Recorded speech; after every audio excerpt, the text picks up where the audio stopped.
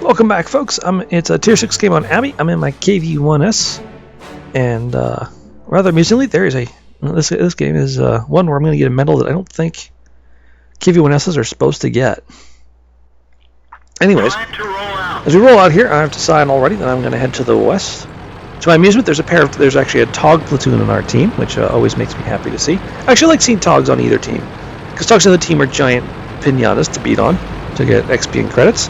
And Togs on my team means a really huge hit point pool the other team has to shoot through, which means there's a greater chance that more of my tanks will live long enough to shoot back, while the other team is busy killing the Togs. Either way, it's, win-win. It just requires a slight adjustment to playstyle. So I decided to climb this little ledge right here. Normally I go around where you see everyone else zooming around at maximum speed down there, whereas I'm taking the slightly slower route.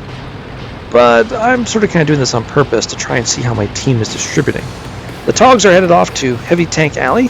Since there's no artillery, they should, in theory, be able to just sort of roll right straight down there. A few mediums to the middle, that's nice. But most of us, the more aggressive minded, are purely pressing over here on the western flank. So I resolved to try and support this concept by being a good, aggressive heavy tank, which admittedly can be a bit tricky sometimes in the KV-1s since you do have an insanely long reload.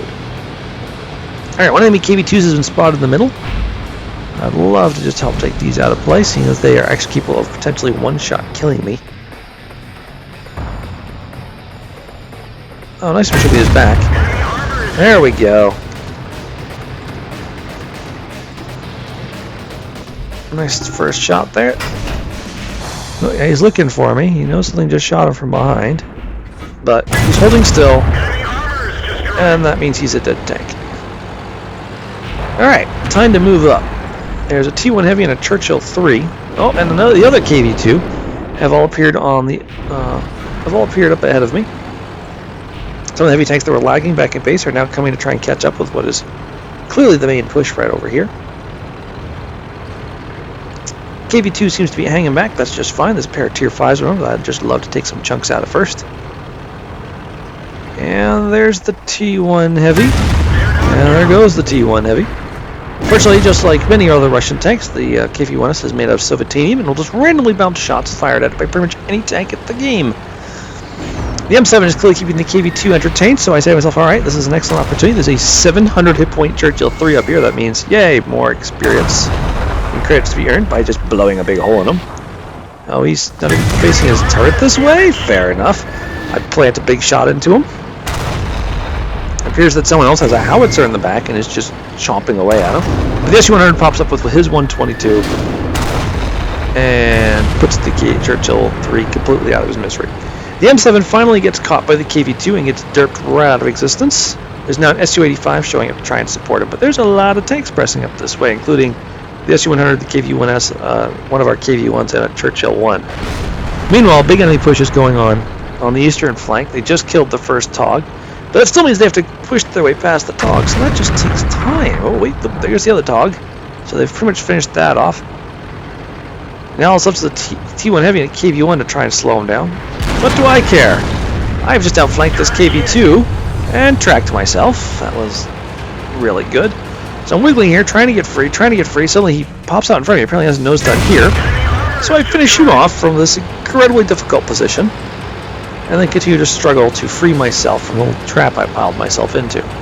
So yeah, so far, damage done to me by the enemy, none damage done to me by myself. Oh, about 150 points of damage. I accidentally sideswiped the Su-100 here a little bit. Sorry about that, buddy, if you ever see this video. And then come rushing on and head towards our base, because it's pretty clear that we're about to lose the right flank. Matter of fact, what we have watching our base is a single tank destroyer. It's got to be the Hellcat who's just sort of chilling back there.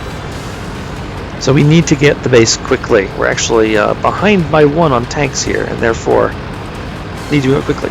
Enemy tank destroyer spotted in their base. Oh, it's a Stug, who just got attack nuked away by the Su-100. Alright, I do a little zigzagging here because I'm trying to decide if I want to try and go back and fight for the base, or if I want to go and get on the cap. Actually, once I decide, yeah, we got to get on the cap. The enemy team is already closing on our base. However, before I get on, this looks like a good target. There we go. Alright, that threat to our capping efforts has been removed. I move around the back here.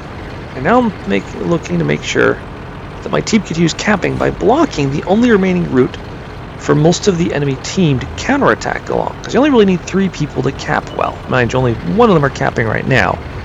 But hopefully they'll catch on in just a moment. Oop, there's a Matilda moving up in the center. Can't believe he's the first thing able to get back here. Oop, and the other KV-1s just blows him off the map.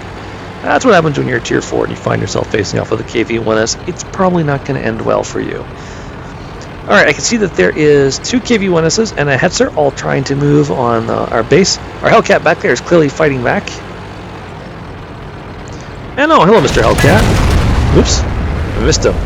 And not good. Find some cover, find some cover, find some cover. But now he cannot make it back to our base to reset. Hellcat actually been a very, very good tank for that. But now he's got a problem. Worry about capping his team by a lot. He has to attack if he wants to get the reset, or at least try and shoot past me.